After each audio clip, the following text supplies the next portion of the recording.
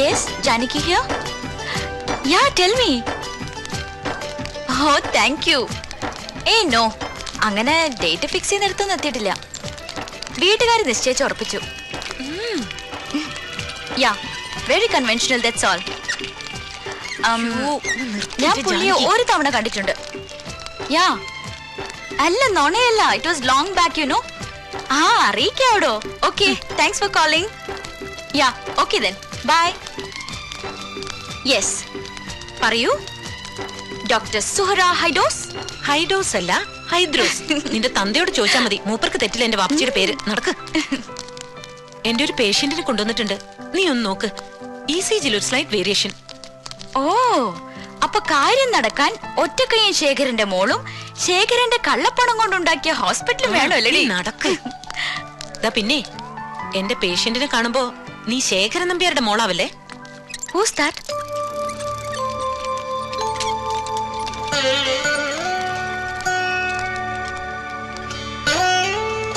അമ്മേ.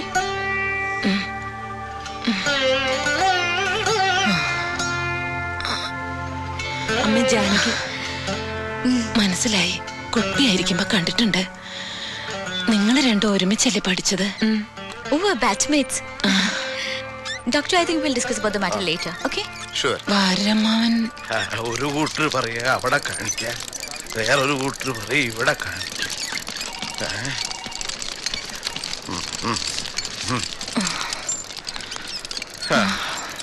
എന്താ പറയണേ? ഇവിടെ കിടക്കണോ? ഇല്ല, ഒരു ചെക്കപ്പ്. പരിശോധിക്കുന്നതിന്റെ ദക്ഷിണയാവും. അവിടെ പൈസ അടയ്ക്കാൻ പറഞ്ഞു. അടച്ചിട്ട് അതിന്റെ ഷീട്ട് ഇവിടെ കാണിക്കാൻ പറഞ്ഞു. അത് ഇപ്പൊ എവിടെയാണെന്ന് എനിക്ക് നിശ്ചയില്ല. ആ റെസിപ്റ്റ് വാങ്ങിച്ച് ഓഫീസിൽ പോയി അത് ക്യാൻസൽ ചെയ്യാൻ പറയൂ. എന്നിട്ട് ആ പണം ഇദ്ദേഹത്തിന്റെ കയ്യിൽ ഏൽപ്പിക്കണം. ശരി madam. Suhra, come let's go. വരൂ അമ്മേ, വരൂ.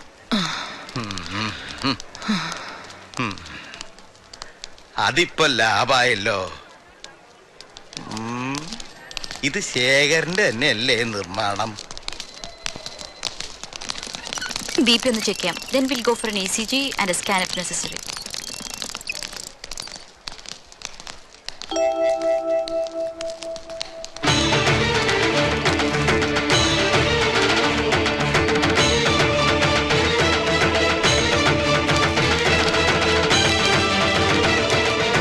എന്താണ് ഇവിടെ?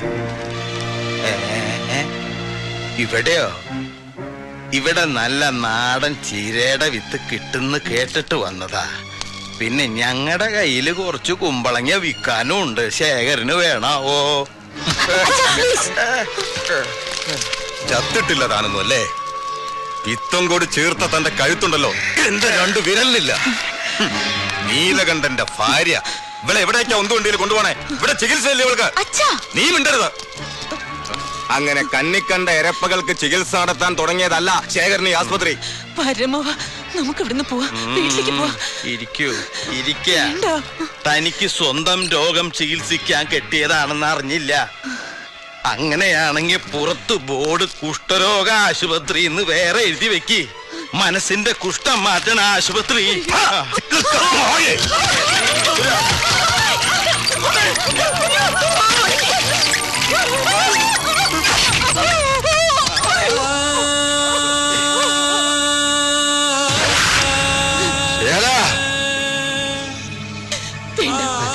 നമുക്ക് വീട്ടിൽ പോവാം. സൂറ, നിങ്ങൾ പുറത്തേക്ക് കടന്നു. ഞാൻ വരാം. ഈശ്വര.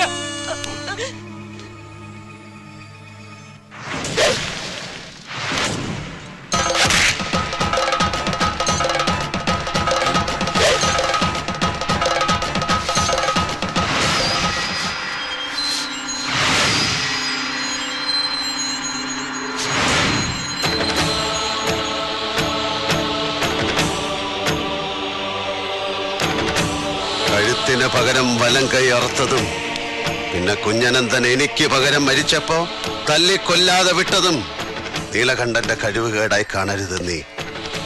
വലം കൈയിലേക്ക് ചോര ഊട്ടം കൂടിയപ്പോഴും ആയുധം താനെ കൈയിലേക്ക് വന്നപ്പോഴും മനസ്സിനെ ശരീരത്തെ ജയിക്കാൻ ഞാൻ ശീലിച്ചതിന്റെ ഫലമാണ് നീ. എന്താടോ നന്നാവാത്ത?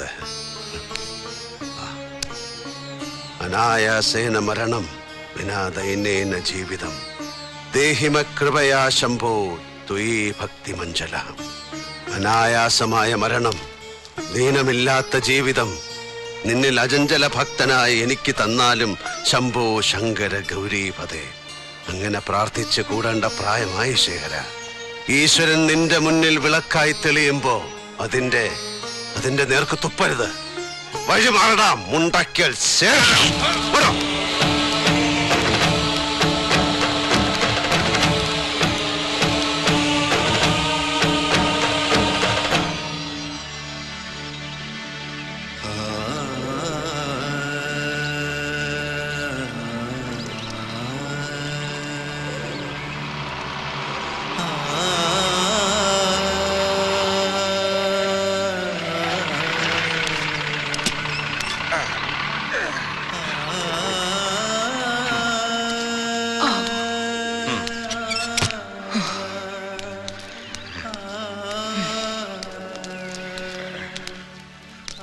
എന്തിനാ മോളെ നീ ആ സുവർണ്ട് ഹോസ്പിറ്റലിലേക്ക് അമ്മനെയും കൊണ്ട് പോയത്? ഞാൻ ഒറ്റയ്ക്ക് പിന്നെ എന്ത് ചെയ്യാനാ വാപ്പച്ചി? ഇത്ത പറഞ്ഞിട്ട് കേൾക്കാത്ത വാപ്പച്ചി. ഞാൻ പറഞ്ഞ തൃശ്ശൂർ പോവാന്ന്. വലിയ ഫ്രണ്ടല്ലേ ശേഖരൻ പേരാ മോള്. നീ പോടാ. അതിനെ ചൊല്ലി ഇനി വഴക്ക് വേണ്ട. ഞാൻ ഇനി എവിടേക്കുമില്ല. എനിക്കിപ്പോ അങ്ങനെ ഒരു അസുഖവും ഇല്ല. വരമ്മവ ആ വടക്കേതിരെ കുട്ടി വന്നാ ഊണിന്റെ പണി നോക്കാൻ പറയൂ. കുട്ടി പോയി കിടന്നോളൂ. അച്ഛാ, എന്താ നമ്മള് ചെയ്യാ? എക്സ്പേർട്സിന് ആരെങ്കിലും കാണിക്കണം. ഉടനെ അയാളോട് പറഞ്ഞാ കേക്കില്ല. ഇത്തിരി വാശി കൂടുതലാ എന്തിനും. ഞാൻ ഡോക്ടർ രാമചന്ദ്രനെ ഒന്ന് വിളിക്കാം. സുഹറാ മോളെ.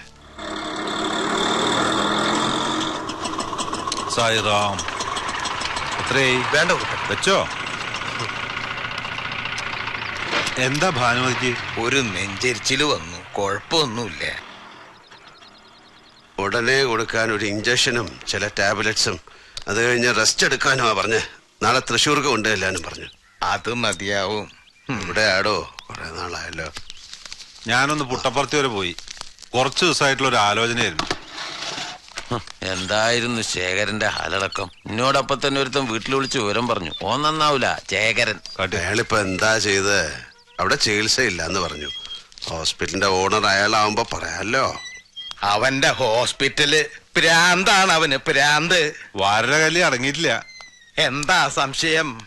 ഇന്നത്തെ ശേഖരന്റെ ഗോഗോവിളി കണ്ടപ്പോ മകനായിരുന്നു അച്ഛന്റെ സ്ഥാനത്തെങ്കിൽ ഞാൻ ചിന്തിച്ചു പോയി. ആ ഒറ്റക്കയ്യനെ ചുമരിന്റെ മേലെ ചവിട്ടി തേച്ചേനെ അവൻ.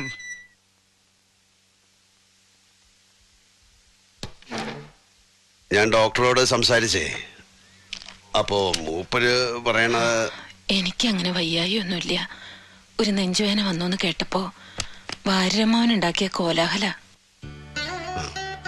മരിച്ചു പോയവരെ സ്വപ്നം കണ്ട അത് നല്ലതാണോ മോശാണോ? എന്താ അങ്ങനെ ചോദിക്കാൻ? ഈയിടെയായി അച്ഛനും ശാരദയും ഇടയ്ക്കിടയ്ക്ക് സ്വപ്നം കാണുന്നുണ്ട്. നല്ലതല്ലേ? സ്വപ്നത്തിലെങ്കിലും അവരെയൊക്കെ കാണാൻ കഴിയാന്ന് വെച്ചാ. അതെ. എന്താ അവന്റെ വർത്തമാനം? എത്ര ദിവസമായി കുട്ടി ഇങ്ങോട്ടൊന്ന് വന്നിട്ട്? ഒന്ന് അന്വേഷിക്കോ? ഓ, അന്വേഷിക്കാലോ. എത്രയും വേഗം വരാൻ പറയുകയും ചെയ്യാം. പോരെ? അവനോട് ദേഷ്യമൊന്നുമില്ലല്ലോ? എന്തിനാ ഇപ്പൊ ദേഷ്യം? തനിക്കിഷ്ടമുള്ള വഴിക്ക് മക്കള് നടന്നു കാണാൻ രക്ഷിതാക്കൾ ആഗ്രഹിക്കും. അത് സാധിക്കണമെന്നില്ല. എനിക്കൊട്ടും പാടില്ല അത്തരം ആഗ്രഹങ്ങൾ. അമ്മയുടെ ആഗ്രഹം പോലൊരു മകനാകാൻ അവരുടെ മരണം വരെ കഴിയാത്തവനാണ് ഞാൻ. അയാള് പഴയ നീലകണ്ഠന്റെ അത്ര വഷളനൊന്നും അല്ലടോ. പഠിത്തം ഡിഗ്രി കൊണ്ട് നിർത്തി പണി ഏതെന്ന് നോക്കാതെ പണം ഉണ്ടാക്കാൻ ഇറങ്ങി തിരിച്ചു. അതെനിക്ക് ഇത്തിരി പ്രയാസം ഉണ്ടാക്കി എന്നുള്ള സത്യ. അത്രയേ ഉള്ളൂ. ഈശ്വരന്മാരെ, എന്റെ കുട്ടിക്ക് ആപത്തൊന്നും വരുത്താതെ നോക്കിക്കൊള്ളണേ. അയാൾക്ക് എന്താ ആപത്ത് വരാൻ? ഭാര്യര് പറയും പോലെ ഇത് അയാളുടെ കാലമല്ലേ. കാർത്തികേയൻ മുതലാളിയുടെ കാലം. ഹലോ അബ്ദുള്ള. ആ മോനെ, ഞാനിപ്പോ കാർത്തിക മുതലാളിയുടെ വീട്ടിൽ നിന്ന് തന്നെയാ വിളിക്കുന്നത്. ഇതുവരെ ഇവിടെ എത്തിയിട്ടില്ല. നീ മദ്രാസ് ഓഫീസിൽ വിളിച്ച് മെസ്സേജ് കൊടുക്ക്, അവിടെ എത്താതിരിക്കില്ല. ആ മൊബൈലും ട്രൈ ചെയ്. തറവാട്ടിൽ നിന്ന് ആൾ അന്വേഷിച്ചു വന്നിരുന്നു. അമ്മയ്ക്ക് മൂപ്പര് അത്യാവശ്യമായിട്ട് കാണണമെന്ന് പറഞ്ഞു. ശരി മോനെ, ഞാൻ ഈ നമ്പറിൽ തന്നെ വെയിറ്റ് ചെയ്യാം. ഓക്കെ. പുറത്തൊരാളിരിക്കുന്നു, സാറിനെ തിരക്കി വന്നതാ. ആരാ? അറിയത്തില്ല, പ്രായമുള്ളൊരാളാ. വെയിറ്റ് ചെയ്യാൻ പറഞ്ഞു. അകത്തെ ചുമലില് ഫോട്ടോയിലുള്ള ആളാണോ എന്ന്. എന്റെ മാതാവേ,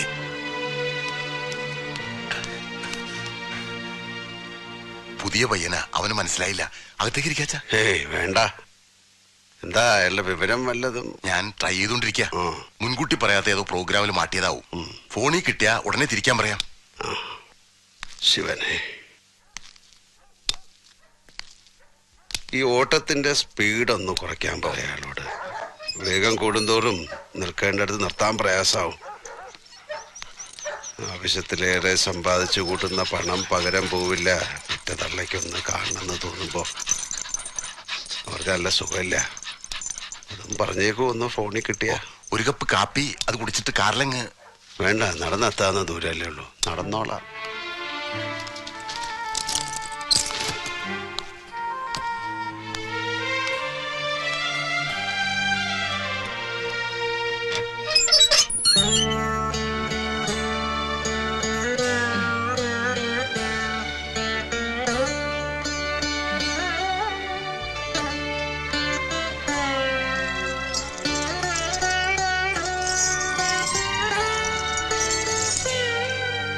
അമ്പലത്തുനിന്ന് മടങ്ങണ വഴിക്ക് ഞാൻ കാർത്തിക മുതലാളിയുടെ ബംഗ്ലാവിലൊന്ന് കയറി.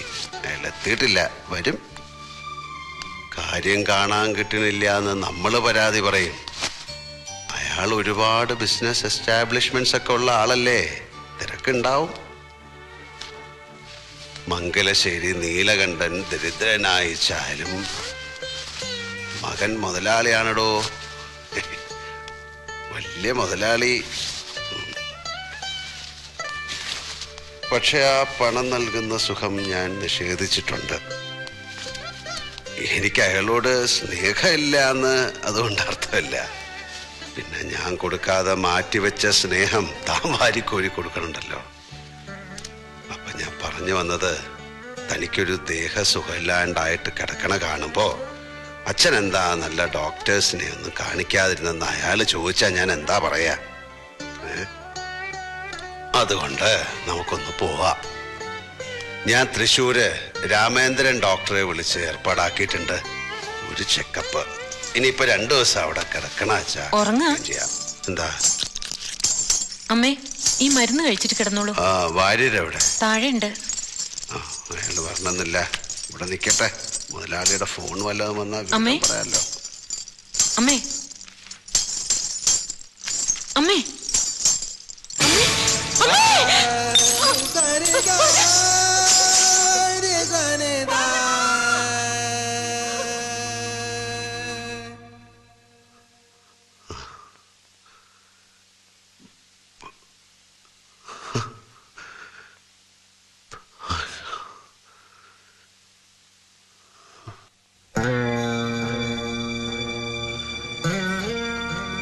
ഭാനു,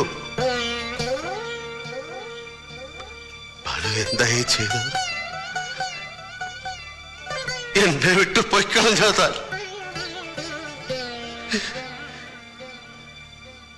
കഴിഞ്ഞ കാലം മുഴുവൻ കണ്ണിമ ചിമ്മാതെ എനിക്ക് കൂട്ടിരുന്ന താൻ ഒരു വാക്ക് പോലും പറയാതെ പോയിക്കളഞ്ഞല്ലോ.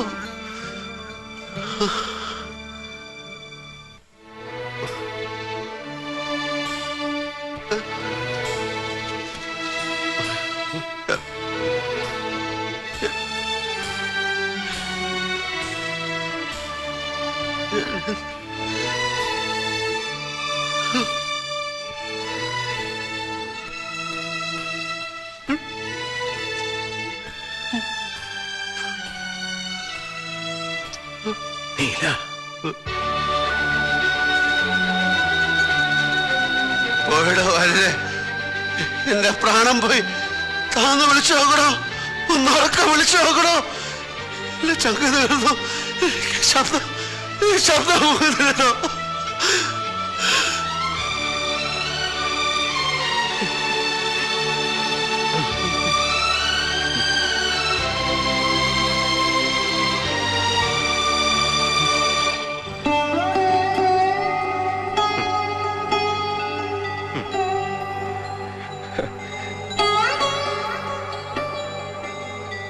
നീലന്റെ കണ്ണീര് കണ്ടിട്ടും ഉണരാത്ത ഉറക്കത്തിൽ നിന്ന് ആർക്കും ഉണർത്താൻ കഴിയില്ല ആ കുട്ടിയെ.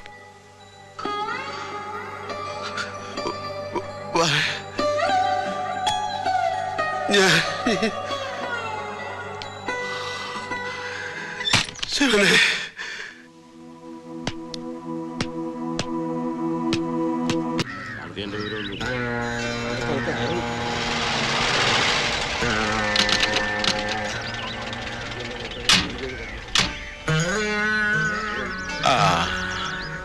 നീല ശിവദാസന MLA, നമ്മുടെ കുഞ്ഞനന്ദന്റെ മോൻ.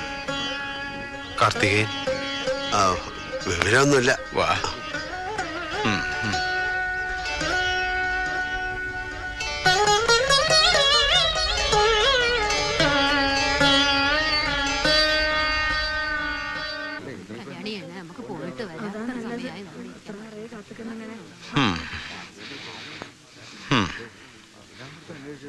നീല, നേരത്തോട് നേരായി മോന്റെ വിവരമൊന്നും കിട്ടിയിട്ടില്ല. പോവാൻ ചാൻസ് ഉള്ളിടത്തെല്ലാം അന്വേഷിച്ചു, പലരെയും പല വഴിക്ക് വിട്ടിട്ടുമുണ്ട്. പക്ഷേ ഇനിയും അതിനങ്ങനെ കിടത്തണോ? വേണ്ട, പാപമാണ്. വളരെ അച്ഛതായിക്കോളൂ. തയ്യാറാണ് കൊള്ളി വെക്കാൻ. ഞാനുണ്ട്. ശാസ്ത്രവിധിക്ക് തെറ്റാവുന്നാലും അതും കൂടെ ഞാൻ തന്നെ ചെയ്യണമെന്നാവും.